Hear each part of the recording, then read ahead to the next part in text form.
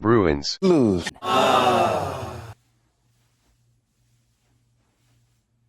Oh, hey guys. I've been hunting for Easter eggs all day and I haven't found a single one yet. It's just, oh, would you look at that right here? I got one. I got an egg. I got one single egg. And now I can stop looking for eggs. Because really, before this Easter, no one expected me to find that many eggs.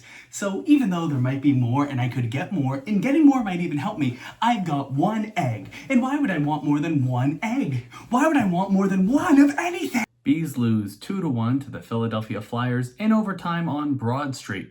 Goals were scored in order by Christian Dvorak, Pavel Zacha, the game-winning goal, the overtime goal, and the first career goal for Porter Martone. Congratulations to the kid. Glad he stepped up in a big moment. I certainly wish one of us might do that. The loss goes to Eunice Corpusalo, who made 29 saves on 31 shots for a .935 save percentage. That's actually good. The win goes to Dan Vladar. Where have I heard that name before? Who made 18 saves on 19 shots for a .947 save percentage. Yet again, that's better. I'm not going to do the period by period of this one because one, these videos have been too long and I'm trying to shorten them, and my least favorite part is the recap because you can just watch highlights and then you'll know the same thing I do. And because what am I going to say that I haven't said in the last two videos? We look good through some parts, we look bad through other parts. We gave up the first goal. The first goal was a weak goal. Not as weak as Swayman's goal last game, which I think people are kind of forgetting when they dog on Corpusalo, but fine. Our goal was okay. It was on the power play. Finally, we got a power play. That's one talking point I'll get to in a second. And then in the third period, we didn't look great again. And then we went to overtime, and then we took 2 penalties. And on the ensuing 5-on-3, they scored. 5 guys against 3, they scored. Unforeseeable that 5-on-3, they scored. I do want to make one point, though. I don't want to hear any Bruins versus refs talk because with about 1 minute and 30 seconds left to go in the game, Hampus Lindholm took his stick like an épée in fencing and jabbed it into the skates of one of the Flyers forwards, and there was no call. So, I mean, were there bad decisions before? Sure. Pasta went off and we got a 4-on-4 after Matvei Michkov shot the puck after the whistle. And Michkov got the unsportsmanlike, and that should have been the only penalty. And even the neutral, national broadcast announcers agreed. So I'm inclined to agree with them and think that that's not too homer of an idea. But anyway, it's whatever. I thought the other penalties were called pretty equitably. There might have been a missed call here or there. That's the game. But there was no Bruins versus refs, because if it was Bruins versus refs, then Hampus would have been put to death on the ice for that, because it was one of the most blatant trippings I've ever seen. A brutal no call. And if Philly had lost this game, they would have every right to be furious. But Philly didn't lose this game. And why is that? Plenty of reasons. First of all, I was subtle with it in the opening, but that was actually an analogy for goals. Or points in this particular game, but really goals. Because you might have noticed that I mentioned in previous videos that I was moderately displeased with the lack of scoring that our team was putting together.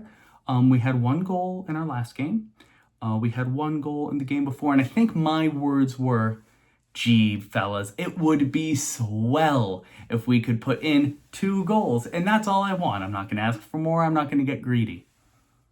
Man, I should have gotten greedy, because, oh my God, score a goal. Actually, sorry, maybe that's the problem. Maybe I'm being ambiguous. Score 2 goals. You had the whole game. You actually had extra game. You had a game and 2% of another one to score 2 goals. Pretty hard in overtime when you're down 2 men. But, oh my goodness, do we need help on offense. But more specifically, why did we lose this game? I don't like to point at one moment. So I can do the goals really quick. I won't do period by period. The first goal, bad goal. Corpy lets in. Not horrible. Philly has a 2-on-1 coming down to our side. Mason Lohrei is the defender back. I saw him take some blame for this. He took away the pass pretty effectively. Generally speaking, I'd want the defender to take the pass there. Obviously, in retrospect, I guess he should have come down on the shooter. The shooter is Christian Dvorak, and he just rifles it short side. It's a good shot, it's a hard shot, but it's a shot that needs to be saved. And Korpisalo lets it in. And, a lot of us who are more confident in Swayman than Korpisalo, which, with all due respect to Eunice, should be everyone, are like, oh, here we go. And then he was lights out because Philly got plenty more chances, outshot us by a fair margin, got plenty more chances, and Eunice was lights out, making great saves, robbing with the glove, diving across the crease. He was good. So I'm not going to say that Eunice really takes too much blame. That goal wasn't great. You're not always going to let in a great goal. Again, Swayman knows that from last game. Who are the 3 best Bruins? I think everyone will have the same 3 names. I really hope they do. The 3 best Bruins are David Pastrnak, Charlie McAvoy, and Jeremy Swayman. And what were they doing when the game-winning goal, the overtime goal, was scored? They were all watching. Now, they were watching in different places and for different reasons.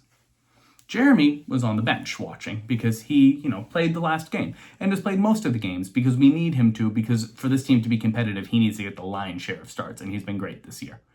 He was watching on the bench because it was his day off, and Korpisalo had played great. There would be no reason whatsoever to bother bringing in another goalie. But why was McAvoy watching, and why was Pasta watching? Well, we were on the penalty kill, right? It was a power play overtime goal, so Pasta's not always on the PK units. Maybe he wasn't, but I don't know. Why wasn't McAvoy? You would think that McAvoy would be, because he's, our best defenseman, right? They were in the same place. We get a little bit of an offensive possession together, then the puck gets turned over, and Philly has a breakaway going the other way, and Pasta hooks the hell out of him, and doesn't actually stop the breakaway shot from happening, which, I don't know if you watch basketball, but if you do, there's something called an and one. It's not just a very fashionable and dignified chain of shorts and shirts from Walmart. Great brand. I have large thighs. It really accommodates me.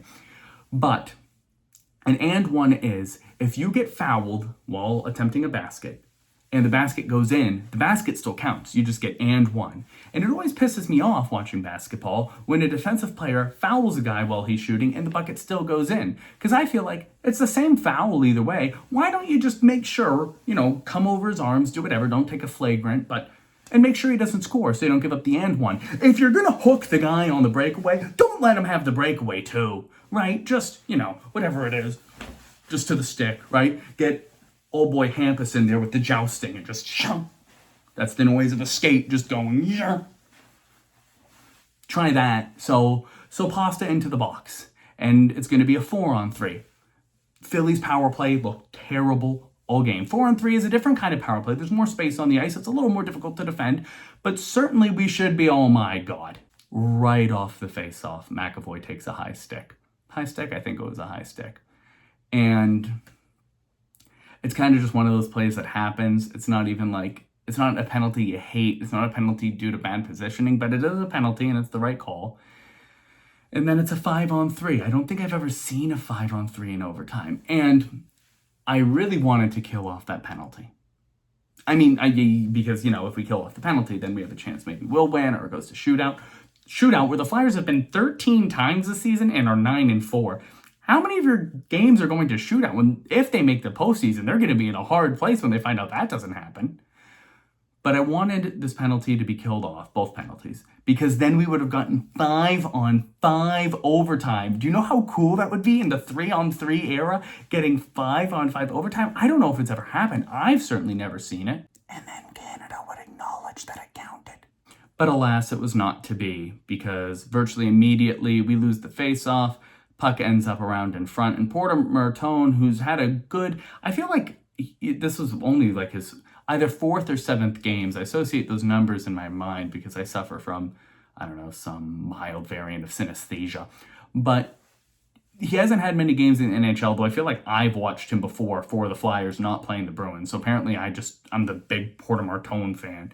But he gets to a good spot on the ice and he puts it away. I didn't know who had scored it at first, and I thought that the celebration was a little bit histrionic for scoring on a 5-on-3 in overtime. Then I found out it was his first goal, and yeah, that's cool. Congrats to the kid. Scoring your first goal and having it be a game winner, that's awesome. I still think it would have, me personally, I think it would have been awesomer if a Bruin had scored a second goal in a game for the first time in 3 games, but that's just me. The magic number is 4. We need 4 points to clinch a playoff berth. We have 4 games left, meaning we need to go 2-2. The losses can be whatever. We just need 2 wins. And now, if you think about that, you need to win 2 of your next 4 games. We don't have easy opponents. We had the hardest schedule for the last 10 games. So it could seem difficult to get 2 wins. But let me put it to you another way. If we don't get 2 wins, I'm not saying we'll even miss the playoffs because, although a lot of teams are in striking distance. If it were just one team that could mathematically catch us, I'd feel pretty good. There's like 3 teams that could mathematically catch us. One of them might well get hot. Probably not Detroit, oh my goodness, but one of them might. Let me put it to you this way. If the Bruins do not win 2 of their next 4 games, then we will end the season, maybe go into the playoffs, hopefully go into the playoffs. We will end the season going either 0-7 or 1-6. Ooh. CAX for the game, captain, alternate, scratch. Captain's best player, alternate's unsung hero, scratch is the player who couldn't get out of his own way.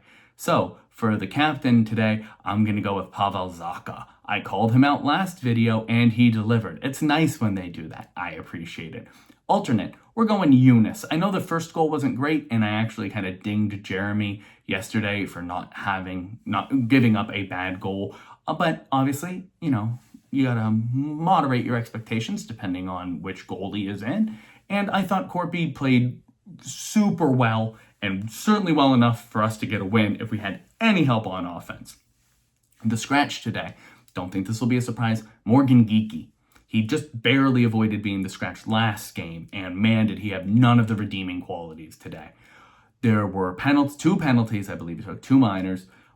He had a couple shots. There was one 3-on-2 where Pasta went across the ice and Geekie took a one-timer kind of right at Vladar. It wasn't a great shot. I mean, it was a fine shot, but 2 penalties, including one where he threw his stick onto the ice. McAvoy broke his stick on a shot, and then it looked like Philly was going to get a 2-on-1 the other way because McAvoy doesn't have a stick, not much he can do. So Geekie just tossed it on the ice. Really, just threw it on the ice.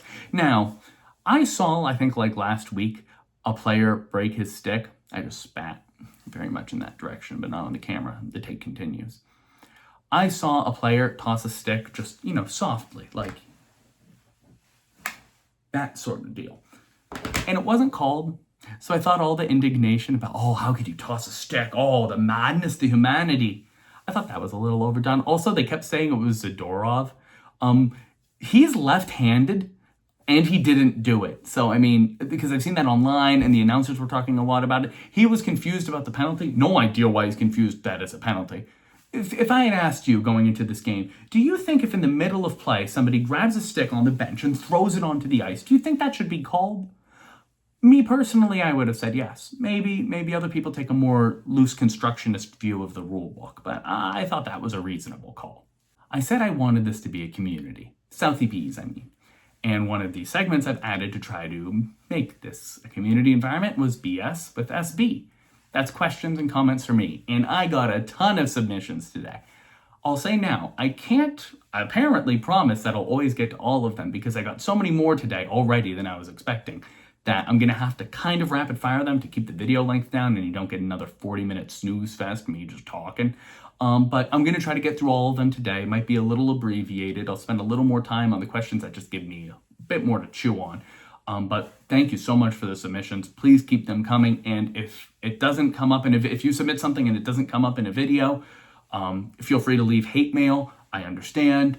And know that either it might just be put on reserve, and if it comes up again, I might reach back into it, or just submit again on the next video, and maybe it'll get picked. It's not really meritocratic. It's just whatever I feel like I can riff on best. I don't script these because I don't want to put the time in to script them. I just want to speak from the heart to you as you speak from your hearts to me in the submissions. So let's look at them. First response is from Minton Enjoyer, welcome back, who said 0-1 ever since Mason Lohrei came back. Aw, don't be mean. But in all seriousness, I think he played well enough. The 2-on-1, the goal doesn't bother me because I don't really think it was his fault. First of all, he gets put in that situation. 2-on-1s are hard to break up, especially, I mean, even for good defensemen. So, not that Mason's not good, but I think we know what we have. He's a bottom pairing defenseman that is sometimes asked to do more. And the goal isn't great from the goalie. So, it's just how it goes. From Justin Brazzers, what players have been the most disappointing since the deadline? Gonna kind of go for the low-hanging fruit here. Hampus Lindholm. I'm really not trying to turn this into a hate channel, but like, do we consider scratching him? Like, I'm not kidding. Is he worse than Jordan Harris? Or is he better than Jordan Harris? I don't know. Maybe the difference is negligible, and maybe Lindholm has more upside and he's more established, so, probably better decision making. But man, yeah, I mean, he's been disappointing. Geeky, which, again, low-hanging fruit. It's been a streaky season. He has not scored in his last 16, 17 games. On the national broadcast, I don't know who it was, Boucher maybe, said that he was surprised that Geeky wasn't on the top power play unit because, we're trying to get him going, trying to get the goal scoring again. But we do need goals. I mean, we're trying to get him going, and I'd love to see him put one in, but I'm not willing to, I think to some extent they're trying to, bubble wrap him, not him, the player, but him, his emotions, trying to, ease him, oh, come on, you can do it. Let's put you on the first power play unit, and, you can play with Pasta, and you can play with all the good guys in McAvoy, and we'll give you all these chances. We need to win. We need to win. Win games. And make the playoffs. And then in the playoffs, you need to win more games. Because I'll tell you what, overtime loss today gets us a point. No, an overtime loss gets you in the playoff. Handshakes and a bus trip to Cancun because you ain't getting no plane. From FraserEdits.93. All of these are Instagram, by the way. So if you're interested in any of these people, check them out. I'm kind of friends with some of them. Probably all of them. I think, ... if we had Swayman, we would have won tonight. Yeah? I'm not sure. I'm not going to hold the one bad goal last game against Swayman for the rest of the season or for his next start. But bad goals happen. Both of our goalies in the last 2 games have given up a goal you probably don't want them to give up, and both of them have played well enough to get a win. I don't think goaltending was the problem tonight. Swayman probably doesn't let in the first goal. He probably does let in the second, which is no fault. I mean, it's just a 5-on-3. There's just too many damn Flyers. Yeah, goaltending really didn't strike me as a problem in this game. Also from FraserEdits.93, do you think we can manifest a Minton goal soon? And then, is that a teary-eyed puppy dog smile? I believe it is. I like to relate emojis because I think that they contain meaning. As for manifesting a Minton goal, immensa del mondo spirito fecundator. Get back to me if that works. From Boston Bruins tomfoolery, we have not even shocked at this point, but lock in, oh my god, crying emoji, crying emoji, crying emoji. I should note that that's not the single tier sad emoji, but the torrents, the funny weeping emoji. Weeping emoji, weeping emoji, weeping emoji. Yeah, lock in forward core. Pavel, again, I should have trusted you. You really shouldn't have even been grouped in with them for how hot you were in March. My bad. Everyone else, please lock in. Please. Along the same lines, from Michael DiPietro lover, Pavel Zacha and goaltending are MVPs the last few weeks. Yeah. I mean, goaltending, both goalies. Put some respect on Korpisalo's name. I know he's not widely liked. If he was certainly fine today. I think he's been mostly defensible. If you look at the numbers, they're okay at least. He's a backup, and he backs up fine. Certainly, he gave us every chance to win today. I do not blame him one iota, despite the weak first goal. From Johnny I Hardly Knew Ya 45. There has to be a reason why we haven't called up DiPietro. There seems to be, organizationally, a pretty decent amount of priority and emphasis being placed on Providence and their playoffs, and I think it stems from a belief that they're poised to do better. Which, realistically, yeah, they probably are. They're probably more likely to win the Calder Cup than we are to win the Stanley Cup. So, if that's the logic, send down everyone who's waiver eligible and just replace them with whoever you got. whoever, your AHL scratches. And since we don't care about the big club, oh, we're not doing that? Oh, okay. So prioritize the big club. Come on. Don't pretend like we don't know what this is about. In the case of DiPietro, I don't really need him called up because, again, like I said, I don't hate Korpisalo. But principally, yeah, there's a lot of people who hang down there and spend a lot of time down there who I don't necessarily think should, and we'll get into some of them with a couple more questions. I should have read the second comment from Johnny I Hardly Knew You 45, which says, follow-up, probably something to do with Calder Cup race, but they have Jajacek, so I don't know. Yeah, what he said. And then 4 separate submissions from Mara Kuznutinov Enthusiast, also on Instagram. I'm going to do them all, and I'll address them all. So first, this team needs something. Yeah, a goal, maybe 2. More constructively, though, yeah. I would be okay with minor shakeups. I know we did a little line shakeup, and we've had a couple few defensemen in, and we took out Reichel to put in Samont in our last game, and now Reichel was on the top line. He started the game with Huzi and with Fraser, which I didn't hate because I liked the speed and I liked the youth, and I thought Reichel played well again today, and I don't want him scratched again because he's very fast, and speed can do things on the ice. But yeah, there needs to be something, and we can talk about what in a second. Mara Kuznutinov is goated still, wins pucks everywhere. Yeah, I like the way he plays. I call a lot of players 200-foot players. Jonathan Aspirot, who is, don't let the propaganda get to you. He is. Watch him play. He'll get down there and actually make good plays deep in the O-zone. But Huzi was fine. No objections about his game here. Geeks needs to do something. Yeah, see a sports psychologist. I'm not actually trying to belittle the mental element of the game and mental health for athletes, but unironically, maybe that is a good idea. Because I don't think that the guy with one of the best releases, I was calling him earlier in the season a poor man's Connor Bedard. His release is very quick and very good. He has a great shot. I know that. I know he has the physical tools and the skill to be a 40-goal scorer. Maybe not 50, but 40.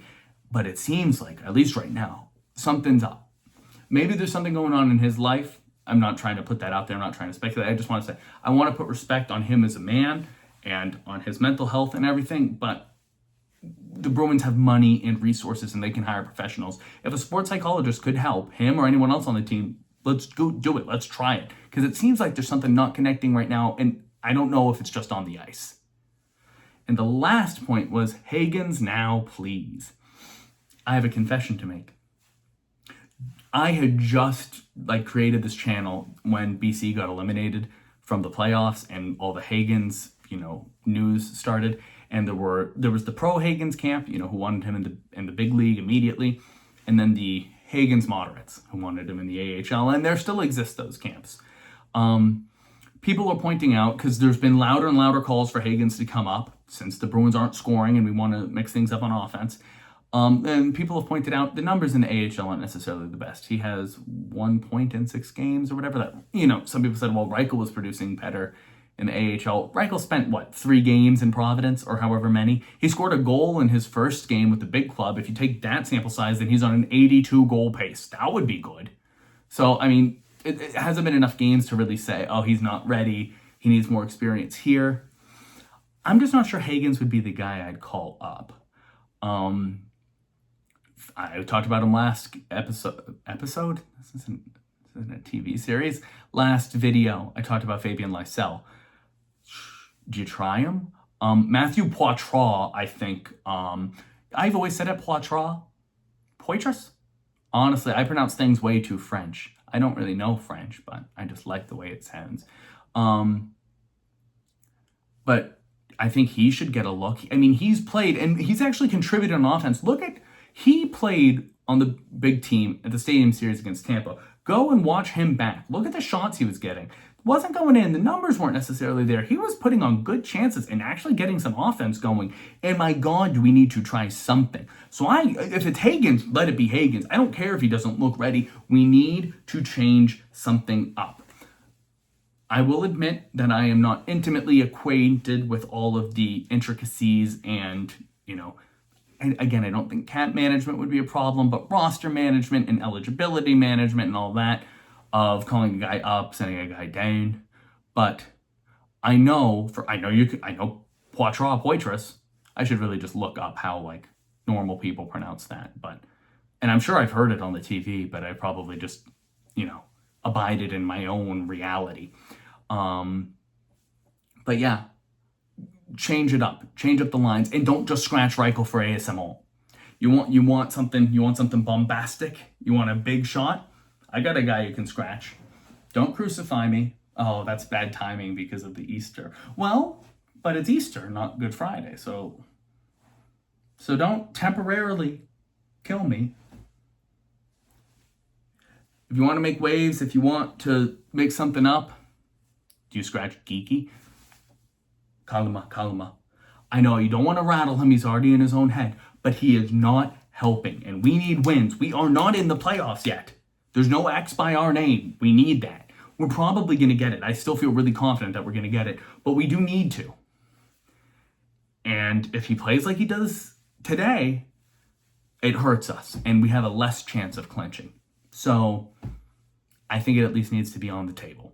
You know, Easter is a day of rebirth, and I was hoping that the spirit of the holiday, you know, the chocolate and the bunny and the eggs and the resurrection, might breathe new life into the Bruins offense. We were none so lucky, but we got 4 more chances to do it, and we need to take at least 2 of them. Tuesday, which is, I guess, tomorrow when you're viewing this, we play in Raleigh. We play the Hurricanes, another potential preview for a playoff series. I've done my kicking, screaming. I've done my calling out players by name. I've done my ultimata. I've called things must wins, and I've said that other things aren't. I'm done with that because ultimately the math is clear now, and we need to win 2 of our next 4. So all I can say about the Carolina game is I hope it's one of the 2. Go Bees.